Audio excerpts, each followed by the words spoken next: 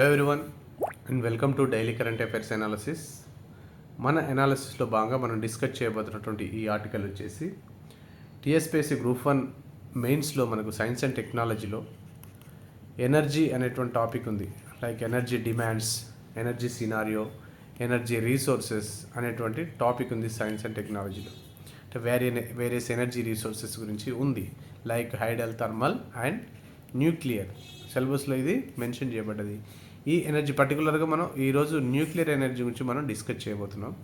అలాగే India's energy mix ఎలా ఉంది, అంటే we are fulfilling our energy needs from what source and what sources నుంచి మనం ఫుల్ఫిల్ చేసుకుంటున్నాం. అలాగే what was our pledge in the COP26 at Glasgow, prime minister యొక్క ప్లెడ్జ్ ఏంది, అండ్ ఆల్సో ద న్యూక్లియర్ ఎనర్జీని మనం ఎలా హెల్ప్ అవుతుంది మనం to become a developed country అని చెప్పేసి మనం డిస్కస్ చేస్తున్నాం. Nuclear power is key to development, says a study. India must prioritise investment in this energy sector, that means nuclear energy sector, and expand related infrastructure if it is to be on track to become developed nation by 2047 and achieve net zero by 2070, says IMA report. ఇక్కడ Indian Institute of Management Ahmedabad ఒక రిపోర్ట్ని, ఒక స్టడీని conduct చేసి ఒక రిపోర్ట్ని మనం ముందుకు తీసుకొచ్చింది. దీంట్లో how nuclear power is key to development అనేటువంటిది దీని యొక్క ఫోకస్డ్ ఏరియా. దీంట్లో న్యూక్లియర్ పవర్ సెక్టార్లో మనం if India wants to be on track to be a developed nation by 2047 వరకు అమృతకాలం అని చెప్పేసి మన ప్రైమ్ మినిస్టర్ అంటుండు. ఆ 2047 వరకు సెవరల్ గోల్స్ని మనం సెట్ చేసుకున్నాం. అలాగే 2047లో డెవలప్డ్ కంట్రీ కావాలంటే ఇండియా న్యూక్లియర్ ఎనర్జీ యొక్క రోల్ ఏంది, అండ్ మోర్ ఎవర్ మనం గ్లాస్గోలో ప్రామిస్ చేసినట్టు COP26 2021 గ్లాస్గోలో మనం ప్రామిస్ చేసినట్టు 2020 వరకు నెట్ జీరో ఎమిషన్స్ని మనం అచీవ్ చేయాలి. ఈ నెట్ జీరో ఎమిషన్స్ని అచీవ్ చేయడంలో కూడా what is the role of nuclear energy అనేటువంటిది మనం డిస్కస్ చేయబోతున్నాం. అలాగే ఎనర్జీ మిక్స్ ఆఫ్ ఇండియా, అంటే మనం how we are getting or fulfilling our energy requirements from various sources అని కూడా మనం డిస్కస్ చేద్దాం. అలాగే మ్యాప్లో డిఫరెంట్ న్యూక్లియర్ పవర్ స్టేషన్స్ కూడా మనం ఆ లొకేషన్స్ని జస్ట్ చూపించడం, దానికి సంబంధించినటువంటి additional information you have to gather yourself. Yes, 2 targets మనం ఇక్కడ మెయిన్ దృష్టిలో పెట్టుకోవాల్సి ఉంటుంది. ఒకటి 2047 వరకు we want to become a developed nation, and 2070 వరకు we have to achieve net zero target. Net zero టార్గెట్ని మనం అచీవ్ చేయాల్సినటువంటి అవసరం ఉంటుంది. నెట్ జీరో టార్గెట్ని అచీవ్ చేయడానికి సెవరల్ మనకు ఉన్నాయి, like solar power, wind power, ఎందుకంటే ఇవన్నీ alternative resources are renewal resources. ఇవన్నీ కూడా విండ్ పవర్ ఉంది, బయోమాస్ పవర్ ఉంది. ఓకే, ఇవన్నీ కూడా సరే వీటి యొక్క రోల్ అనేటువంటిది చాలా ఇంపార్టెంట్ అయినప్పుడు కూడా వీటి విషయంలో అండర్ యూటిలైజేషన్ ఉంది. ఈ అండర్ యూటిలైజేషన్ ఎందుకు ఉంది అనేటువంటి విషయం మనం తర్వాత డిస్కస్ చేద్దాం మరొక ఆర్టికల్లో.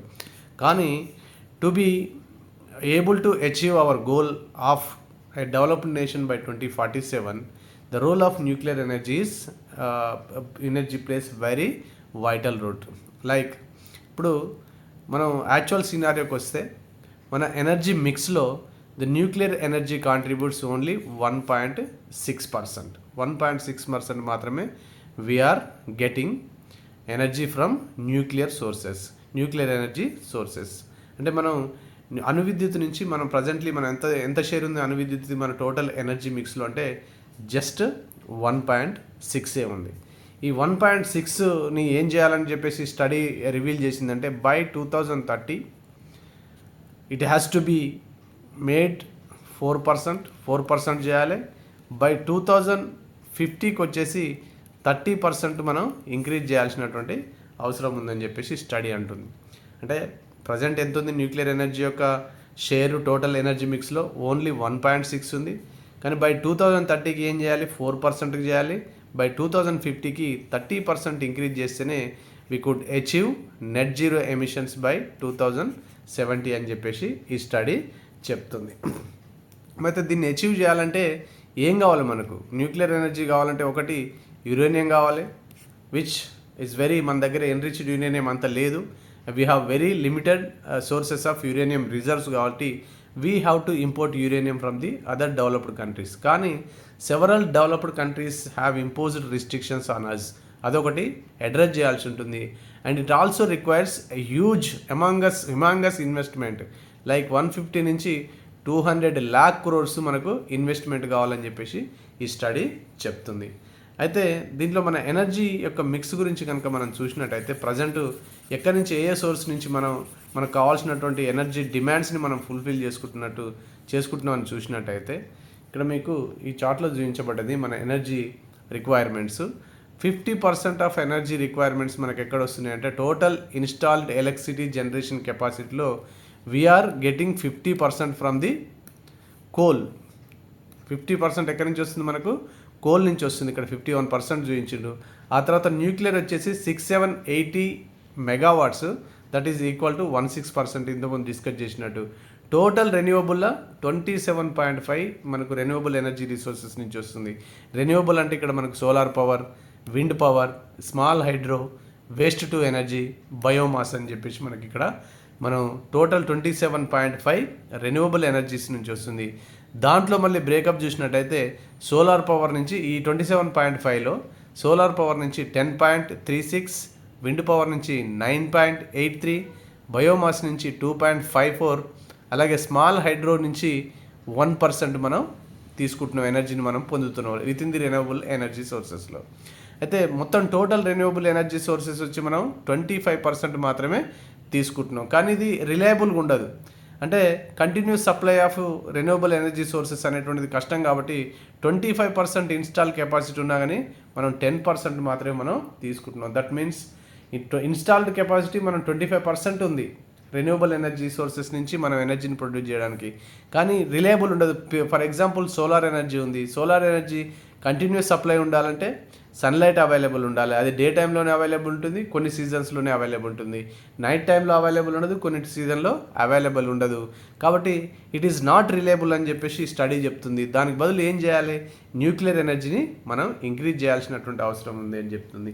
ఇంకొకటి ఏంది, న్యూక్లియర్ ఎనర్జీ ఇంకా ఎందుకు ఇంక్రీజ్ చేయాలంటే our prime minister had promised during Glasgow సమ్మిట్లో, అంటే గ్లాస్గోలో జరిగినటువంటి COP26 సమ్మిట్లో. COP26 ఎప్పుడు జరిగింది, 2021లో గ్లాస్గోలో జరిగినటువంటి COP26 సమ్మిట్లో our prime minister had promised 5 గోల్స్ని ప్రామిస్ చేయడం జరిగింది. ఈ 5 గోల్స్ని మనం ఏమంటాం అంటే పంచామృత్ అంటాం. These are very important for group 1 prelims and group 2 as well. Group 2 general studies కానీ గ్రూప్ 1 ప్రిలిమ్స్ కూడా ఇవి చాలా ఇంపార్టెంట్. పంచామృత్ లేదా 5 గోల్స్ అనేటువంటి ఈ పంచామృత్ లేదా 5 గోల్స్లో ది ఫస్ట్ ఇక్కడ చెప్పబడింది ఏంది, achieving net zero by 2070. What is net zero? Net జీరోని అచీవ్ చేయాలి 2070కి అని చెప్పేసి. నెట్ జీరో ఎమిషన్స్, ఇక్కడ నెట్ జీరో ఎమిషన్స్ అంటే గ్రీన్ హౌస్ గ్యాస్ ఎమిషన్స్. ఏ ఎమిషన్స్? గ్రీన్ హౌస్ గ్యాస్ ఎమిషన్స్ని నెట్ జీరో చేయాలి. పర్టికులర్లీ కార్బన్ డైఆక్సైడ్ ఎమిషన్ని నెట్ జీరో చేయాలి. నెట్ జీరో చేయడం అంటే కార్బన్ డైఆక్సైడ్ని జీరో చేయడమా? What is zero and what is net zero? మనకి ఎగ్జామ్లో ఇది కూడా కన్ఫ్యూజ్ చేసేటువంటి అవకాశం ఉంటుంది.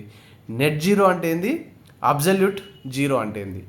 నెట్ జీరో అంటే ఖచ్చితంగా కార్బన్ డైఆక్సైడ్ ఎమిషన్ ఉంటుంది. కార్బన్ డైఆక్సైడ్ ఎమిషన్ ఎంత ఉంటుందో దాని యొక్క సీక్వెస్ట్రేషన్, అబ్జార్ప్షన్ కూడా అంతే ఉంటే కార్బన్ డైఆక్సైడ్ ఎమిషన్స్ ఎంత అవుతుంటుందో, ఎమిషన్స్ అనేటువంటిది ఇన్అవైటబుల్. మనం ఏ రకంగా even non renewable energy sources నుంచి మనం ఎనర్జీ ప్రొడ్యూస్ చేసినా CO2 ఏదో విధంగా ఎమిషన్స్ అవుతూనే ఉంటుంది. ఎమిషన్ అయినటువంటి CO2ని మొత్తం అబ్జర్వ్ చేసుకోగలగాలి, సీక్వెస్ట్రేషన్ చేయగలగాలి. అంటే ఫర్ ఎగ్జాంపుల్ ఎఫారెస్టేషన్ చేసినాం అనుకో, మనం ఎఫారెస్టేషన్ చేసి CO2 యొక్క ఈవీ ఎలక్ట్రిక్ వెహికల్స్ వాడినాం అనుకోండి, లేదా థర్మల్ ఎనర్జీ ప్రొడక్షన్ తగ్గించినాం అనుకోండి, CO2 ఎమిషన్స్ తగ్గుతాయి. అలాగే ఎఫారెస్టేషన్ చేసినాం అనుకోండి, ఎమిట్ అయిన CO2 మొత్తం కూడా తక్కువ ఎమిషన్స్ ఉంటుంది కాబట్టి అబ్జర్వ్ చేసుకుంటాయి. కాబట్టి ఎంత suppose 100 billion turns CO2 emission అయితే 100 బిలియన్ టన్స్ని సీక్వెస్ట్ చేసేటువంటి ఫారెస్ట్ని కనుక మనం పెంచగలిగితే అప్పుడు ఏమవుతుంది, 100 - 100 జీరో అవుతుంది. అంటే నెట్ జీరో అంటే ఎమిషన్స్ లేకపోవడం కాదు, ఎన్నైతే ఎమిషన్స్ ఉంటుందో ఆ ఎమిషన్స్ మొత్తాన్ని అబ్జర్వ్ చేసుకోవడం నెట్ జీరో అనాలి. కాదే కార్బన్ డైఆక్సైడ్ ఎమిషన్ని జీరో చేయడం అనేటువంటిది మాత్రం అనుకోవద్దు. కార్బన్ డైఆక్సైడ్ ఎమిషన్ ఎప్పుడు జీరో కాదు, అది ఎంతో కొంత మొత్తంలో నువ్వు ఏ నాన్ రెన్యూవబుల్ సోర్సెస్ నుంచి నువ్వు ఎనర్జీ ప్రొడ్యూస్ చేసినా CO2 ఎమిషన్ ఉంటుంది. అది భూమి పుట్టిన దగ్గర నుంచి ఉంది CO2 ఎమిషన్.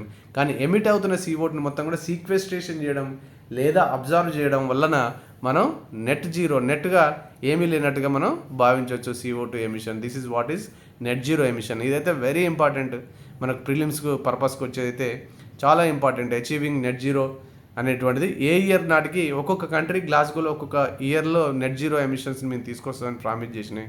బట్ ఇండియా మాత్రం బై 2070 వరకు మేము నెట్ జీరో టార్గెట్ని తీసుకొస్తామని చెప్పేసి ప్రామిస్ చేసింది.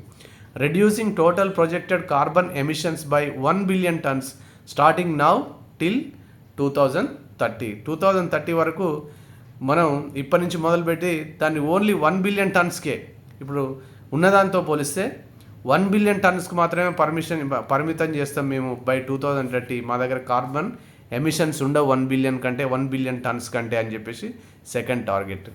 Next, increasing renewable energy component to 50% of our total energy requirements by 2030. అంటే టోటల్ రెన్యూవబుల్ అంటే మనం ఇక్కడ చూపించినటువంటి ఈ సోర్సెస్ నుంచి వచ్చేదాన్ని మనం రెన్యూవబుల్ ఎనర్జీ రిసోర్స్ అంటే wind, solar, small hydro, waste to energy, biomass. ఈ రెన్యూవబుల్ ఎనర్జీ సోర్సెస్ నుంచి ప్రజెంట్ ఎంత ఉంది మన ఎనర్జీ మిక్స్లో, వాటి యొక్క కాంట్రిబ్యూషన్ 27.5% ఉంది. ఈ 27.5%ని బై 2030 నాటికి 50% చేయడం అనేటువంటిది it is another goal in the Panchamrit. Next, reducing carbon intensity by 45% by 2030. Carbon intensity అంటే మనం ఫర్ యూనిట్ ఆఫ్ ఎలక్ట్రిసిటీకి ఎంత కార్బన్ డైఆక్సైడ్ని మనం రిలీజ్ చేస్తున్నాం. ఒక kilowatt hour electricity produce చేయడానికి ఎన్ని గ్రాముల కార్బన్ డైఆక్సైడ్ రిలీజ్ అవుతుంది. అది ఇప్పుడు 100 ఉంది అనుకుంటే బై 2030 1 కిలో వాట్ పవర్కి మనం 45 గ్రామ్స్ మాత్రమే విడుదలయ్యేటట్టుగా చూస్తాం. అంటే రెడ్యూసింగ్ కార్బన్ ఇంటెన్సిటీ బై 45%. అంటే 100 గ్రామ్స్ నుంచి present 100 ఉందనుకుంటే CO2 emissions 1 kilo watt పవర్ని ప్రొడ్యూస్ చేయడానికి దాన్ని 45 గ్రామ్స్కి మేము రెడ్యూస్ చేస్తామని చెప్పేసి అనడం అన్నట్టు. అంటే డ్రాస్టికల్ మోర్ దాన్ 50% కంటే ఎక్కువ రెడ్యూస్ చేస్తాం మేము కార్బన్ ఇంటెన్సిటీని. అంటే that means we move from non renewable energy resources నుంచి క్లీన్ ఎనర్జీ రిసోర్సెస్కి మేము మూవ్ అవుతాము. కాబట్టి కార్బన్ ఎమిషన్ ఉండదు. నాన్ రెన్యూవబుల్ ఎనర్జీ రిసోర్సెస్ని యూజ్ చేస్తే కార్బన్ ఎమిషన్ ఆటోమేటిక్గా తగ్గుతుంది. కాబట్టి బై 2030 1 కిలో వాట్ పవర్కి మనం 45 గ్రామ్సే తీసుకుంటే 45% కార్బన్ ఇంటెన్సిటీని తగ్గిస్తాం. Increasing non fossil energy capacity to reach 500 gigawatts by 2030. Non fossil fuel అంటే ఇక్కడ నాన్ ఫాజిల్ ఫ్యూయల్ లేదా రెన్యూవబుల్ ఎనర్జీ 110 గీగావాట్స్ ఉంది ప్రజెంట్. ఆ 110 గీగావాట్స్ నుంచి ఎంతకు తీసుకొస్తామని చెప్తున్నది ఈ 5 ప్రామిసెస్. 500 గీగావాట్స్కు మేము పెంచుతాం క్లీన్ ఎనర్జీని బై 2030 వరకు. క్లీన్ ఎనర్జీ అనొద్దు, నాన్ ఫాజిల్ ఎనర్జీ అనాలి. రెన్యూవబుల్ వేరు, నాన్ ఫాజిల్ ఎనర్జీ వేరు. రెన్యూవబుల్ అంటే పైన చెప్పుకున్నటువంటి విండ్, సోలార్ వస్తాయి. నాన్ ఫాజిల్ అంటే దాంట్లో న్యూక్లియర్ ఎనర్జీ కూడా ఉంటుందని చెప్పేసి చెప్పుకోవాలి. ఈ నాన్ ఫాజిల్ అంటే ఇక్కడ మనకు దీంట్లో ఈ స్టడీ చెప్పినట్టు 2030 నాటికి 4% న్యూక్లియర్ ఎనర్జీ, 2050 నాటికి 30% న్యూక్లియర్ ఎనర్జీని మనం సాధించగలిగితేనే ఈ టార్గెట్స్ అన్ని సాధించగలుగుతాం. నెట్ జీరో కానీ లేకపోతే ఇక్కడ చూంచినటువంటి పంచామృతిలో చేసిన అన్నిటిని మనం కనుక సాధించాలంటే, అచీవ్ చేయాలంటే ఈ 5 గోల్స్ని మనం ఖచ్చితంగా బై 2050 నాటికి 30% న్యూక్లియర్ ఎనర్జీ మనకు ఉండాల్సిందే. ఫర్ దట్ 150 నుంచి 200 lakh crores మనం ఇన్వెస్ట్ చేయాల్సి ఉంటుంది బిట్వీన్ 2020 నుంచి 70 వరకు. దేనికోసం అంటే to import uranium. Already uranium విషయంలో మనకు ఏముంది, ఇంటర్నేషనల్ ఎంబార్గో ఉంది. ఇంటర్నేషనల్ ఎంబార్గో అంటే సెవరల్ కంట్రీస్ మనం ఎన్పిటి మీద సిటీబీటీ మీద సైన్ చేయలేదు కాబట్టి మనకి యురేనియాన్ని సప్లై చేయడానికి ఒక ఇంటర్నేషనల్ రిస్ట్రిక్షన్స్ ఉన్నాయి. దాన్ని అడ్రస్ చేయాల్సి ఉంటుంది. నెక్స్ట్ ఇన్వెస్ట్మెంట్ని కూడా మనం హ్యూజ్గా పెంచాల్సి ఉంటుంది. పెంచితేనే మనం అనుకున్నటువంటి 5 గోల్స్ని మనం అచీవ్ చేయగలమని చెప్పేసి చెప్తున్నాడు ఆథర్. ఇక్కడ ఈ స్టడీ చెప్తుంది. కాబట్టి క్వశ్చన్ ఇలా రావచ్చు, what is the role of the nuclear energy in achieving Panchamrit or 5 big goals promised in the Glasgow summit. Glasgow సమ్మిట్లో ప్రైమ్ మినిస్టర్ మోడీ ప్రామిస్ చేసినటువంటి 5 గోల్స్ అయితే ఉందో 5 గోల్స్ని అచీవ్ చేయడానికి న్యూక్లియర్ ఎనర్జీ ఎలా ఉపయోగపడుతుంది, what is the role of the nuclear energy అంటే nuclear energy ఏ విధంగా ఉపయోగపడుతుంది అని చెప్పేసి మనం ఇక్కడ చెప్పాల్సినటువంటి అవసరం ఉంటుంది. ఒకటి ఈ మిగతా నాన్ రెన్యూవబుల్ ఎనర్జీ రిసోర్సెస్ అనేటువంటివి ఇవి రిలయబుల్ కాదు, అవి కాస్ట్లీ ఉన్నాయి. సోలార్ ఎనర్జీని for example solar energy production అనేటువంటిది స్టిల్ కాస్ట్లీనే ఉంది. విండ్ ఎనర్జీ కూడా మనకు it requires lot of area కావాలి, లాట్ ఆఫ్ ల్యాండ్ అవ్వాలి, ఇలాంటి ఇష్యూస్ ఉన్నాయి. కాబట్టి ఇంకా సోలార్ ఎనర్జీ ప్రొడక్షన్లో ఉన్నటువంటి టెక్నాలజీ కూడా కాస్ట్లీ ఉంది. కాబట్టి ఈ చీప్గా అతి తక్కువ ఖర్చులో మనము ఈ 5 గోల్స్ని అచీవ్ చేయాలంటే మాత్రం న్యూక్లియర్ ఎనర్జీ మీద డిపెండ్ అవ్వాల్సిందని చెప్పేసి మనం కంక్లూజన్ని ఇవ్వచ్చు. ప్రజెంట్ చూస్తే మన దగ్గర ఉన్నటువంటి న్యూక్లియర్ పవర్ స్టేషన్స్ మనం ఈ మ్యాప్లో చూడవచ్చు. జస్ట్ వాటి గురించి మనం తెలుసుకుంటే అయిపోతుంది. Rajasthan atomic power plant wraps 1, 2, 3, 4, 5, 6 ఉన్నాయి రాజస్థాన్లో. కోటా రాజస్థాన్లో ప్రజెంట్ ఆపరేట్ అవుతున్నటువంటి nuclear power plants. Kakrapar atomic power plant ఇది గుజరాత్లో ఉంది. 1, 2 ఉన్నాయి ఆడ, అంటే 1 ప్లాంట్లో 2 రియాక్టర్లు ఉన్నాయని చెప్పేసి అనుకోవచ్చు. Tarapur atomic power plant taps 1, 2, 3, 4 ఇది మహారాష్ట్రలో ఉంది. కైగా జనరేటింగ్ స్టేషన్ 1, 2, 3, 4 ఇది కైగా కర్ణాటకలో ఉంది. మెడ్రాస్ అటామిక్ పవర్ ప్లాంట్ లేదా దీన్ని కల్పకం కూడా అంటారు, maps 1, maps 2. Kudankulam nuclear power station KKNPS 1, KKNPS 2. Narora atomic power plant naps 1, naps 2, Narora Uttar Pradesh. ఇవి ప్రజెంట్ ఆపరేషన్లో ఉన్నటువంటి ఇంకా కొత్త న్యూక్లియర్ రియాక్టర్స్ కూడా ప్లాన్ జరుగుతుంది. ఆ కొత్త న్యూక్లియర్ రియాక్టర్స్ గురించి మీరు సమాచారం సేకరించుకోండి. లేదా ఏ పవర్ స్టేషన్ నుంచి, ఏ న్యూక్లియర్ పవర్ స్టేషన్ నుంచి ఎంత పవర్ ప్రొడ్యూస్ అవుతుందో కూడా మీరు దానికి సంబంధించినటువంటి సమాచారం కూడా సేకరించండి. అంటే కొత్త న్యూక్లియర్ రియాక్టర్స్, నెక్స్ట్ కొత్త టెక్నాలజీస్, ప్లస్ ఏ పవర్ ప్లాంట్ నుంచి ఎంత ఎనర్జీ ప్రొడ్యూస్ అవుతుంది, ఎంత ఎలక్ట్రిసిటీ ప్రొడ్యూస్ అవుతుంది అనేటువంటి విషయాన్ని కూడా మీరు తెలుసుకోండి. ఇది మాత్రం ఇండియా ఎనర్జీ డిమాండ్స్లో, ఇండియా ఎనర్జీ మిక్స్లో ద రోల్ ఆఫ్ న్యూక్లియర్ ఎనర్జీకి సంబంధించి మాత్రం ఈ ఆర్టికల్ చాలా ముఖ్యమైనదని చెప్పవచ్చు.